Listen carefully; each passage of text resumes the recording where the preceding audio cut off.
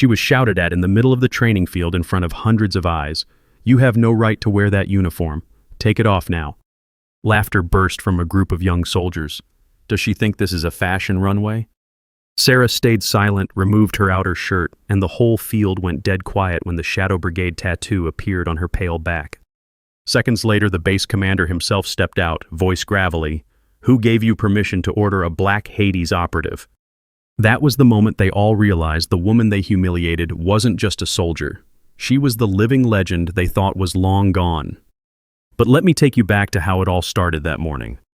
Sarah Walker had been standing at the edge of the Nevada training facility for 3 weeks now, watching other candidates struggle through drills she could complete in her sleep. 29 years old, with delicate features that seemed almost too soft for military life. She kept her brown hair tied back in a simple ponytail and never wore a trace of makeup. Her temporary training uniform hung loose on her small frame, the civilian candidate badge practically screaming that she didn't belong. While others marched in formation, she took notes. While they sparred, she observed. While they shouted commands, she remained silent. The other trainees had started talking about her from day one. They couldn't figure out why someone so quiet, so unremarkable, had been selected for this highly classified program. This wasn't just any military training. This was the Interagency National Defense Initiative, where only the most elite candidates were chosen to bridge civilian and military operations. Every person here had earned their spot through years of distinguished service, advanced degrees, or exceptional performance records. But Sarah, she just showed up one day with paperwork none of them had seen before, and she never talked about her background. During breaks, she'd sit alone under the harsh desert sun, writing in a small notebook that she kept close to her chest. Her movements were economical, purposeful, but never showy.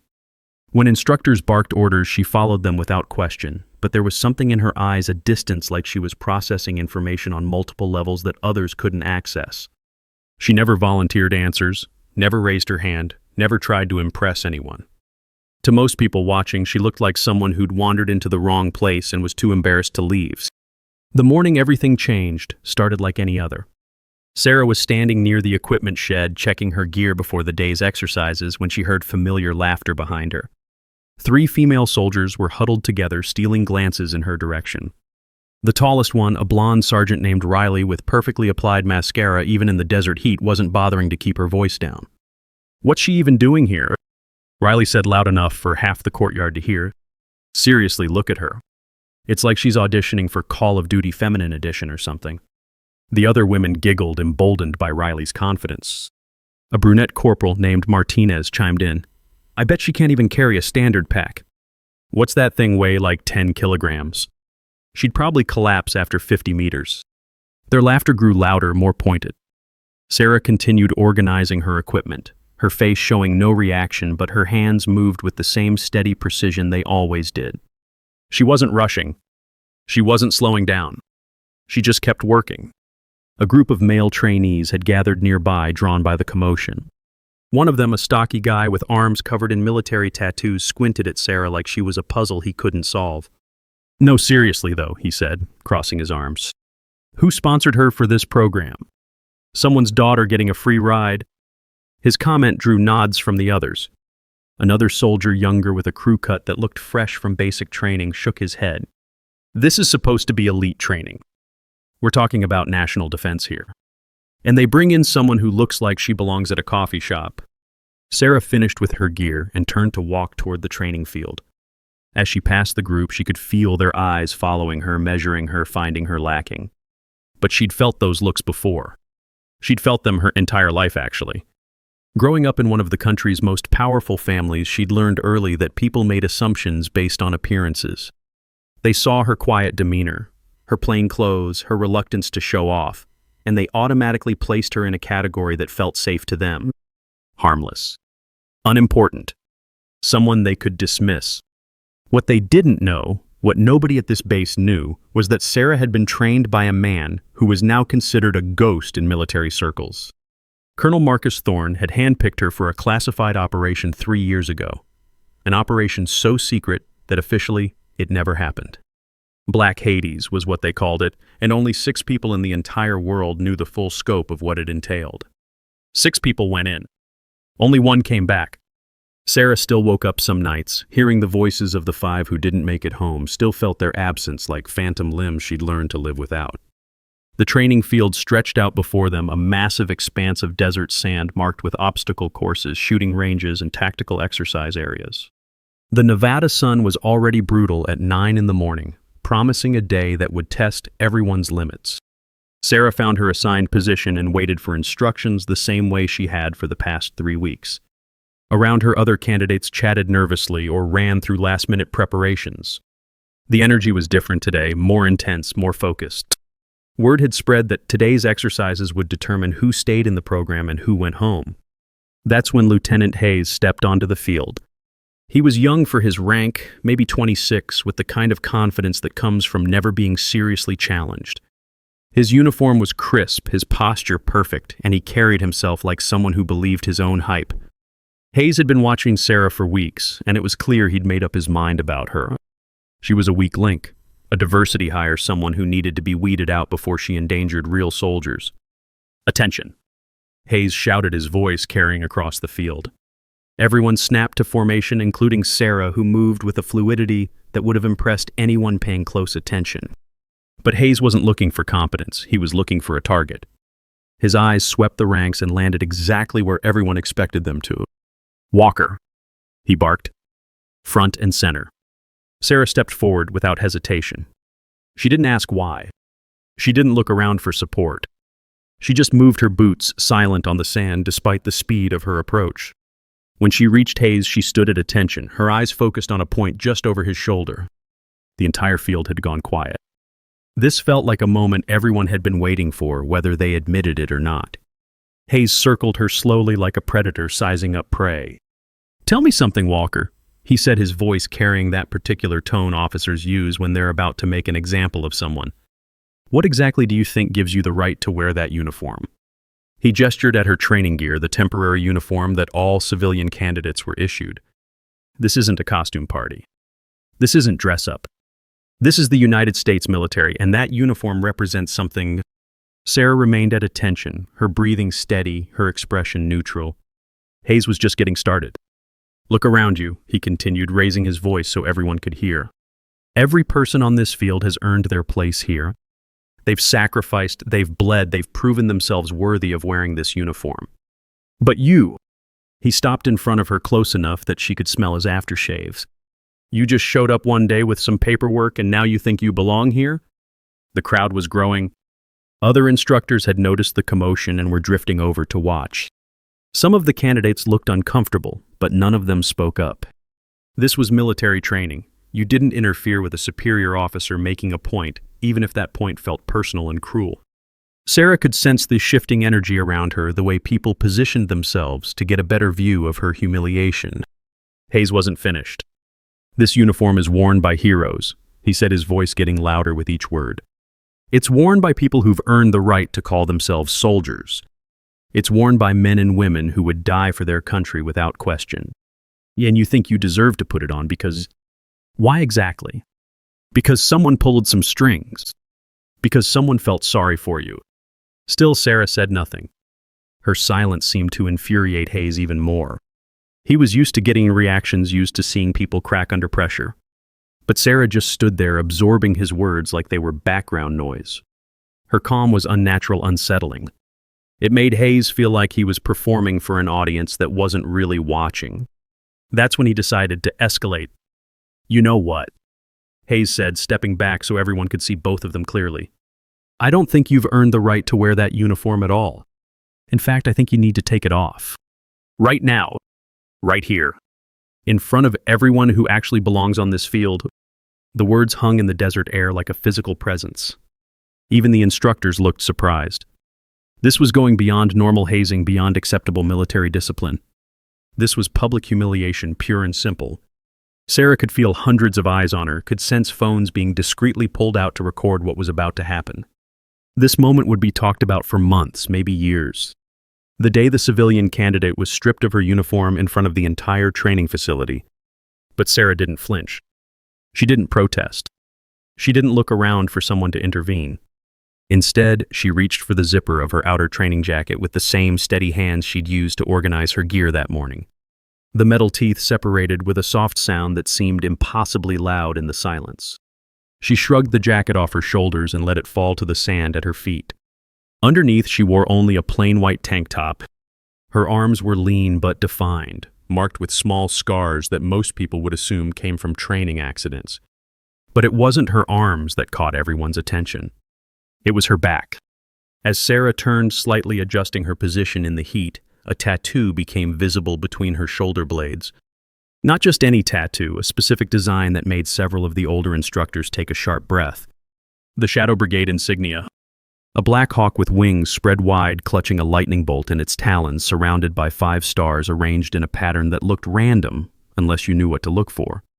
It was beautiful, intricate work, but that wasn't what made people stare. It was what that symbol meant. The Shadow Brigade wasn't a unit you could enlist in. It wasn't something you could earn through normal channels. It was a designation reserved for operatives who had completed missions so classified that their existence was barely acknowledged by the Pentagon. Hayes had stopped talking. His mouth was still open, as if the words he'd been about to say had gotten stuck somewhere between his brain and his vocal cords. Around the field, conversations died mid-sentence. People who had been leaning in to get a better view of Sarah's humiliation suddenly found themselves stepping back unconsciously, creating distance between themselves and something they didn't understand. That's when the footsteps approached from behind. Heavy measured, carrying the weight of absolute authority. Colonel James Morrison had been watching from his office window initially, just keeping an eye on routine training exercises. But when he saw Hayes stripping a candidate in the middle of the field, he'd put down his coffee and started walking. Morrison was a man who'd seen everything the military had to offer. 30 years of service, 3 tours in active combat zones, commendations from every branch of the armed forces. He didn't get excited easily and he didn't get surprised often. But when he saw the Shadow Brigade tattoo on Sarah Walker's back, Morrison felt something he hadn't experienced in decades. Recognition. And with it a cold understanding of just how badly Hayes had miscalculated. Morrison's voice, when he finally spoke, carried across the training field like rolling thunder. "Lieutenant Hayes," he said, each word carefully measured. "Who gave you the authority to issue orders to a Black Hades operative? Hey, I want to pause here for just a moment. If this story is hitting you the way it's hitting me, if you're feeling that familiar burn of injustice that comes from watching someone get judged unfairly, do me a favor. Pull out your phone right now and hit that like button. Leave me a comment below. Tell me about a time you were underestimated, a time people looked at you and saw something that wasn't really there. And subscribe to this channel because we're walking through these stories together. Stories about people who've been overlooked, dismissed, and counted out only to prove that appearances can be deadly wrong. Now let's get back to Sarah because what happened next changed everything. The silence that followed Morrison's question was absolute. It was the kind of quiet that happens in moments of true shock when reality shifts so dramatically that everyone needs a second to catch up. Hayes turned toward the colonel, his face cycling through confusion, recognition, and finally, dawning horror. Black Hades wasn't just a classified operation, it was legend. The kind of mission that got whispered about in secure briefing rooms, referenced in documents that required clearance levels most people would never achieve. Morrison continued walking until he was standing directly between Hayes and Sarah. He was a big man, 6'4", with shoulders that strained the seams of his dress uniform, but he moved with surprising grace. His eyes never left Hayes's face. "I asked you a question," Lieutenant Morrison said, his voice deadly calm. "Black Hades operatives carry special authority under Section 7 of the Defense Authorization Act. They answer directly to Pentagon-level command. So I'm asking you again, who gave you permission to issue orders to this operative?" Hayes's mouth opened and closed like a fish pulled from water. Around the field, people were starting to put pieces together. The older instructors, the ones who'd been around long enough to remember classified operations from a few years back, were looking at Sarah with new eyes. They remembered hearing about Black Hades in briefings they weren't supposed to discuss. They remembered being told that details were compartmentalized at the highest levels. What they hadn't known, what nobody had known, was that one of the operatives was standing right here disguised as a civilian candidate. Sarah herself hadn't moved. She stood at attention, her tank top clinging to her skin in the desert heat, the Shadow Brigade tattoo visible to everyone on the field. But her expression remained neutral, professional. She wasn't gloating. She wasn't even looking at Hayes. Her eyes were focused on a point in the distance, as if this entire confrontation was just another training exercise she needed to endure. That's when someone in the crowd made a mistake. A trainee named Jackson, one of the guys who'd been laughing at Sarah earlier, stepped forward with his chest puffed out. He was maybe 22, fresh from an elite military academy, still convinced that confidence could substitute for experience. With all due respect, Sir Jackson said, his voice carrying an edge that suggested he didn't feel much respect at all. That tattoo doesn't mean anything to me.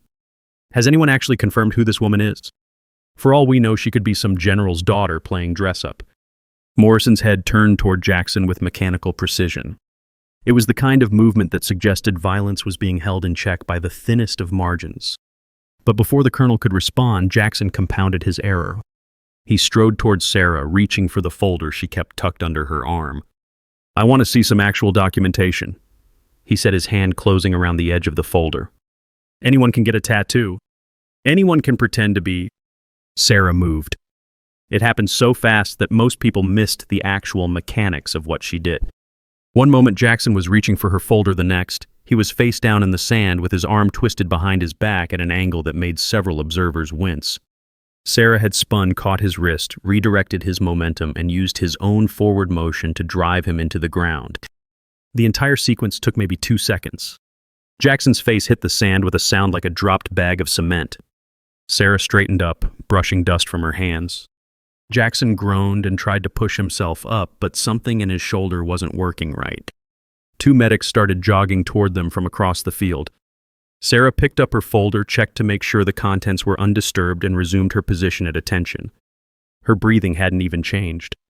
Morrison watched this display with professional appreciation. He'd seen a lot of combat techniques in his time, but what Sarah had just demonstrated went beyond standard military training. That was the kind of fluid, instinctive response that came from years of specialized instruction and field experience. "Medics," he called out, gesturing toward Jackson. Then he turned back to the assembled crowd. "Anyone else have questions about Operative Walker's credentials?" The field had gone so quiet you could hear the desert wind moving through the equipment sheds. People were staring at Sarah like they were seeing her for the first time. The woman they'd dismissed as weak as out of place as someone's pet project had just neutralized a trained soldier without breaking a sweat. And she'd done it with the kind of casual efficiency that suggested this wasn't even close to her full capabilities. But Riley, the blonde sergeant who'd started the morning's mockery, wasn't ready to back down. She stepped forward, her face flushed with embarrassment and anger. "Okay, fine," she said, her voice shaky but defiant. "So she knows some moves. So she's got some classified background. That doesn't change the fact that she's been freeloading off this program for 3 weeks. She's just some overhyped mercenary who got lucky on one mission." Sarah's eyes shifted to Riley for the first time all morning. It was a subtle movement, just her gaze tracking from the horizon to focus on the other woman's face. But something about that look made Riley take an involuntary step backward. Sarah reached into her folder and pulled out a single sheet of paper. Not the official documentation Morrison was expecting to see, but something else entirely. A tactical analysis map covered in markings and annotations that looked like they'd been made by someone with intimate knowledge of military strategy. Sarah walked over to a nearby table where training materials were spread out and laid the map down carefully. The paper was marked classified in red letters across the top with clearance requirements that made several of the instructors lean in to get a better look. "This tactical scenario," Sarah said, speaking for the first time since the confrontation began, "has been used for officer training at this facility for the past 18 months. According to the official solution manual, the optimal approach involves a 3-pronged assault with air support arriving at the 12-minute mark." Her voice was quiet, conversational, but it carried across the silent field without effort. She picked up a red pen from the table and began marking the map. "The problem is that the official solution is wrong." She continued, drawing new lines across the terrain features. "The approach they're teaching will get people killed. The enemy position here has overlapping fields of fire that aren't accounted for in the manual. The timing for air support assumes weather conditions that exist maybe 30% of the time in this region. And the extraction route runs directly through what any competent intelligence officer would identify as an ambush zone." She looked up from the map and made eye contact with Riley. "This isn't theoretical criticism," Sarah said. "I've run this exact scenario in the real world. The mission the official manual is based on, 3 of my team members died because someone in a comfortable office thought they knew better than the operatives on the ground. The silence stretched out like a held breath. Morrison moved closer to examine the map, his experienced eyes taking in Sarah's modifications. What she'd drawn wasn't just a correction, it was a complete reconceptualization of the tactical problem, incorporating variables and contingencies that the original planners had missed entirely. This was the kind of analysis that came from someone who'd actually been shot at, who'd actually had to make life-and-death decisions with incomplete information and no backup. Riley opened her mouth to respond, but no words came out. Around the field, people were starting to understand that they'd been watching something unprecedented. This wasn't just a case of mistaken identity or hidden credentials. Sarah Walker was demonstrating a level of tactical knowledge that surpassed most of the instructors at the facility. The woman they'd dismissed as a lightweight was casually correcting training materials that had been approved by Pentagon-level oversight. Morrison studied the map for another minute, then looked up at Sarah with something approaching awe. "Operative Walker," he said formally, "I think it's time we discussed your actual role in this program." He turned to face the assembled crowd. "What you've witnessed here today is classified under the National Defense Authorization Act. Anyone who discusses the details of this encounter outside of official channels will face court-martial proceedings. Is that understood?" A chorus of "Yes, sir" echoed across the field. But Morrison wasn't finished. He pulled out his radio and spoke into it quietly, using codes that most of the trainees didn't recognize. Within minutes, official vehicles were pulling up to the edge of the training area. Men in dress uniforms stepped out carrying briefcases and wearing expressions that suggested this was serious business. One of them approached Morrison and handed him a sealed envelope. The colonel opened it, read the contents, and nodded gravely. "Ladies and gentlemen," he announced, his voice carrying the weight of official proclamation. "I have just received an emergency directive from the Department of Defense. Effective immediately, Sarah Walker is appointed as Senior Tactical Advisor to this training facility, with absolute authority over curriculum development and operational planning." The words hit the field like a physical force. Senior Tactical Advisor wasn't just a title, it was a position that put Sarah in charge of the very people who'd been mocking her minutes earlier. She would be reviewing their performance, determining their fitness for continued service-making decisions about their careers and their futures. The irony was so sharp it was almost painful to witness. Sarah accepted the appointment with the same calm professionalism she'd shown throughout the entire confrontation. She didn't smile. She didn't gloat. She didn't even look particularly surprised. She just nodded to Morrison and said, "Thank you, sir. I'll do my best to improve the effectiveness of this program." But the consequences were just beginning.